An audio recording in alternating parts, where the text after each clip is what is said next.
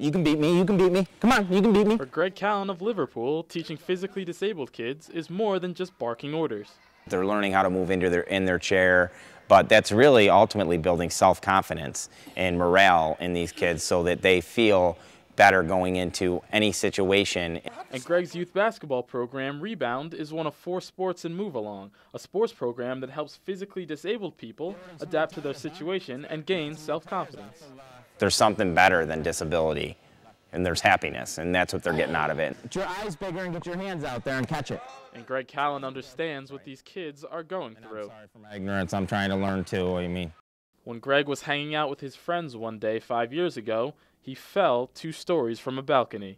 The impact of the fall left him paralyzed from the waist down. Emotionally, I was a wreck. I couldn't believe that it had happened. I don't know what is worse, losing a child or an accident of this extent.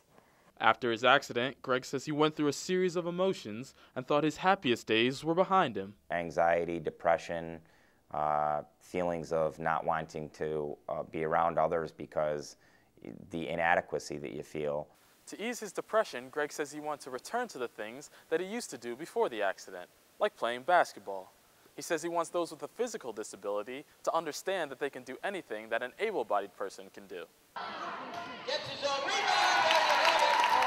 Mike Olson, a paraplegic who was injured in a construction accident 5 years ago, takes Greg's message to heart. It's not the end of the world. There's plenty of things out there to do.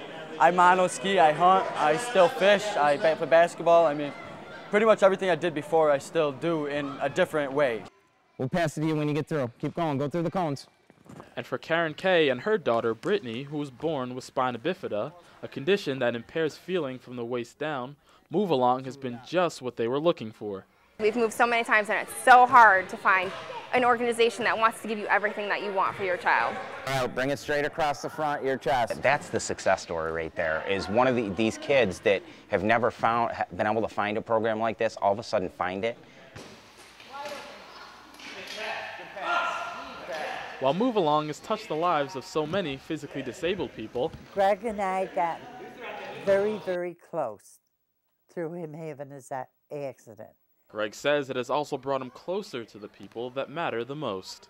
Seeing what he was accomplishing and everything, it got a little bit easier for me because I knew that eventually he was going to be okay. And while his program is just over a year old, Greg says it has really helped him move along.